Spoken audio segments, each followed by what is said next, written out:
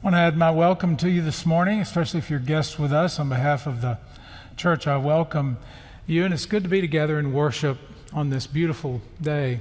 We're continuing the series, as Linda said at the beginning of the service, on the questions that people ask Jesus. And today is the second in the series, and we have heard the question from the disciples, where are we going to get enough food in this wilderness to satisfy this big crowd? Where are we going to get enough food in this wilderness to satisfy this big crowd? The question comes in the middle of one of the feeding stories in the Gospels. All four Gospels have accounts of multiplication and feeding. In fact, Matthew and Mark have two each. One is the feeding of the 4,000. That's the text we heard today. The other that's found in all four Gospels, the feeding of the 5,000. The question comes in the middle of the story. What's happened is Jesus has been teaching and people have been coming to Jesus, and he sees that they are hungry, and so he calls his disciples and he says, these folks have been with me for 3 days. They haven't eaten, and so we need to take care of this, Jesus in effect says to the disciples. And that's when they ask their question. Where are we going to get enough food in the wilderness to feed all of these people, to satisfy this big crowd? They're on the shore of the Sea of Galilee, on the eastern shore most likely, or somewhere near the eastern shore, because it's referred to as a wilderness or a desert, depending on your translation, and that would be more suitable to that part of the sea. It's of the shoreline of the sea, and it is much more empty over there. And so it's a really good question. Where in this wilderness will we get enough food? Jesus responds to that with a question, as he so often does in answering questions. And he said, how much bread do you have? Well, we have 7 loaves and a few fish. And he takes them, tells everyone to sit down. He takes the bread, he gives thanks, he breaks it, he gives it to them, and they're all satisfied.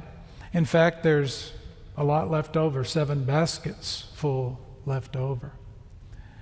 This question of the disciples is a question that illustrates how disciples in general, from the very beginning, have a really difficult time with the notion of abundance instead of scarcity. I've been hanging around disciples for a very long time, and on a good day, I'm one of them. And we struggle with that. Where in the world are we going to get enough food in this wilderness to satisfy this big crowd? It's funny they would ask that question in a way, because just a chapter earlier, in the 14th chapter of Matthew, is the story in Matthew of the feeding of the 5,000. In that instance, the disciples notice the people are hungry who have come and have spent the day with Jesus, and it's getting late, and so the disciples say to Jesus, send these people away so they can get food. It's really a logical thing to do, because there's no way we can feed all these people. Send them away so they can get food. And Jesus says to the disciples, you feed them. Imagine that. What? In the Gospel of John, there's the same kind of situation, except Jesus, I can just sort of imagine this. Jesus puts his arm around Philip, and he's looking out at this vast throng, 5,000 people, well, 5,000 men plus women and children, and he says, hey, Philip, where are we going to buy enough bread to feed all these people? What?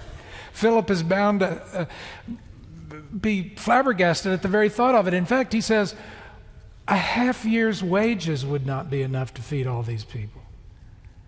You almost expect him to say, Lord, are you crazy? And then Andrew is standing nearby. That's Simon Peter's brother. Andrew sees this little boy who has his lunch. He has 5 little barley loaves and a couple of fish. And so Andrew says, well, there's this kid over here who has 5 loaves and a couple of fish. But what are they among so many? Jesus takes it, gives thanks, breaks it, and distributes it. And they're all fed with plenty left over at the end. Now in Matthew, this has just happened, not very long. We don't know for sure how long, but not very long since that has happened already. The disciples were part of that, but they just can't get their minds around it. And that's hard to do, isn't it? Even when we've seen evidence of abundance, even when we have seen evidence of abundance, even when we have seen the impossible done sometimes, that which really seems like there's just no way, we don't have the money, we don't have the resources, we don't have the people, we don't have the time, we don't have the abilities, we don't have the talents, and yet somehow in the hands of Jesus it's enough and to spare. It's a hard message for us really to get. And when we hear these stories, by the way, we want to know what happened, really what happened, because that's our Western mindset. We want to know exactly how this happened.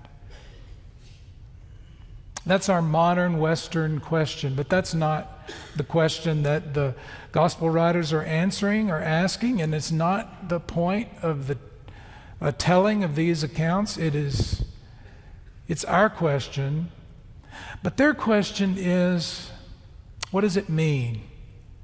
What does it mean? And it is the more enduring question. What does it mean?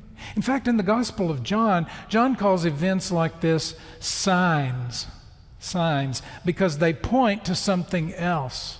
They mean something, and they mean something profound. So what does this mean? That's really the question. But we still want to know, okay, how did this happen? What was going on there?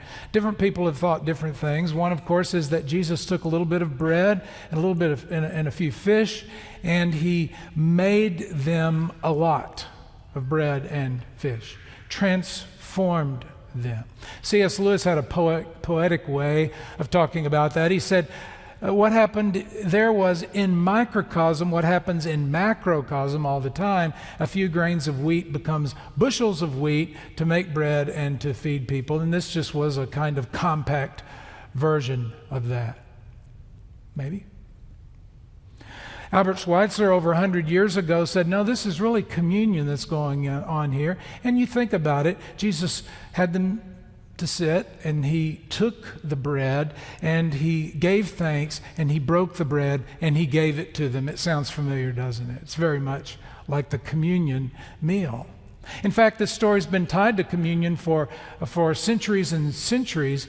Back in the 6th century, at the traditional site of the multiplication of the loaves and fishes, a Byzantine church was built, and that church had a mosaic on the floor, and that mosaic was uncovered in excavations. And in the modern church that sits at that site in Tabgha, Israel, is this mosaic, and the communion table sits on top of that mosaic. And it's the mosaic you can see on the cup and the plate that is here down in front. These are from Israel. It's that mosaic. It's 2 fish, and it's a basket with 4 loaves of bread in it.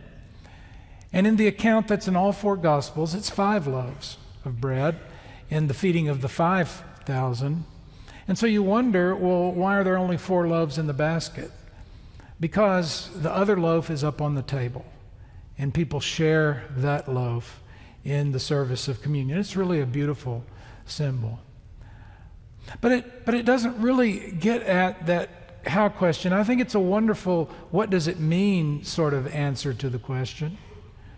It's a symbol, that meal is, very much like communion is. It's a community meal. People coming together, Jesus bringing them together to eat together and to enjoy this fellowship and to be fed in every way. So you can see why Albert Schweitzer would say that. But you can ask Elaine Johnson or Diane and Ben Fisher whether 5 small loaves would feed even this crowd in communion. Even if you get just a little, then it really wouldn't work out too well. But that was Schweitzer's idea. Many people have said then through the years that what really happened was the miracle of transformation of hearts and minds. I find that really compelling. That what happened is the people showed up and they had hidden in their cloaks and hidden in their knapsacks bits of food here and there. They're out in the wilderness after all. They would have brought something with them, but they don't want to bring it out because, you start eating and somebody's going to ask for some and you got to share. And so they've got it all hidden. But Jesus gives all, the disciples give all that they have, and he begins to distribute it. And hearts and minds are transformed so that there's plenty of bread and fish for everybody. I find that compelling, and I find that one really challenging. Don't you? Because it's easier, isn't it, if we can say that the way needs get met, the way insurmountable, impossible needs get met is if we just leave it up to Jesus? That's not the way it works. Jesus said to those disciples in the feeding of the 5,000, you feed them. And Jesus asked the disciples in response to their question, where are the resources going to come from to take care of this? Jesus' response is, how many loaves, how much bread do you have? And when they give it in the hands of Jesus, it's enough and to spare. When all along they were thinking scarcity, there's not enough. I have to keep all of what's mine. I can't let go of any of this. There's not enough to go around. And lo and behold, there's not only enough to go around, there's plenty and to spare. But it's challenging, isn't it? It's challenging to know that it's up to you and to me to be the hands and the feet of Jesus Christ today in meeting the needs of our world.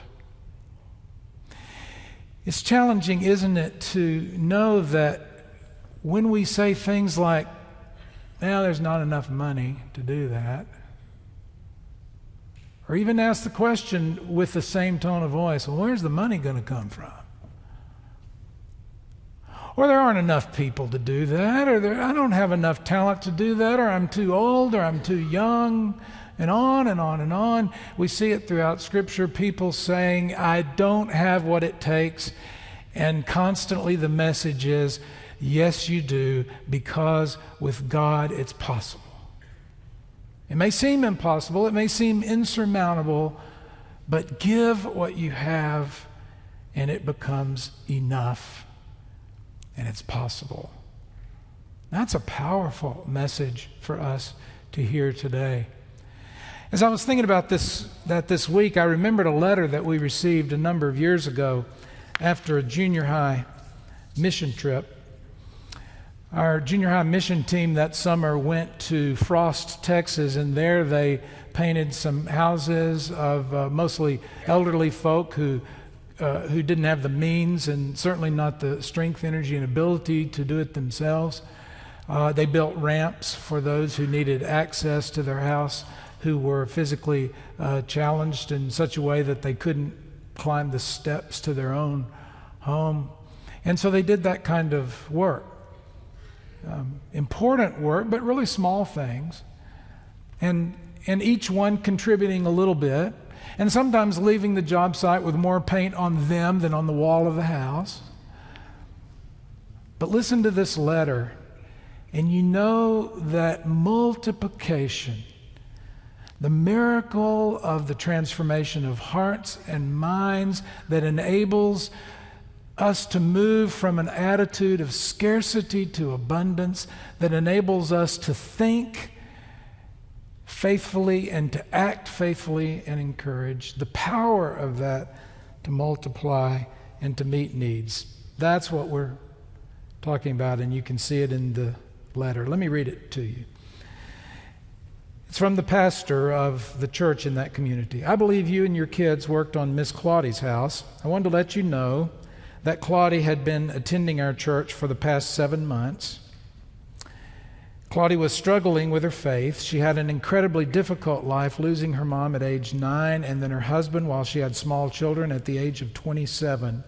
As you can imagine, she had many questions about God and had drifted away from the church over the past 20 years.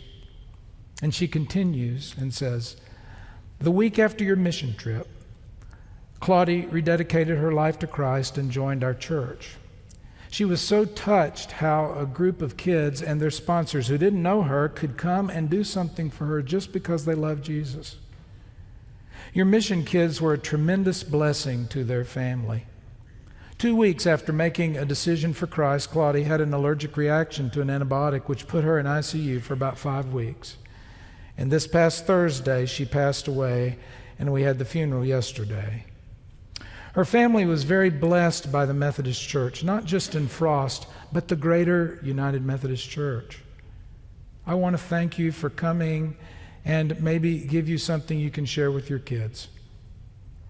Please do pray for this family. It was one of the hardest funerals I've ever done because so few were believers and they were grieving so hard. I believe Claudia's final gift to them was to bring them to the church where, even in their grief, they could hear about a loving God, a God she had experienced through you and your youth. Blessings to your kids and your sponsors for coming and serving Christ with your hearts and your hands." Isn't that beautiful? Albert Einstein said that there are two kinds of people: those who don't believe miracles happen, and those who look around and see a miracle in everything. And it's that second way of seeing that Jesus called us to as disciples, to see the possibilities and to see how in the hands of Christ, even a little can become much. Amen.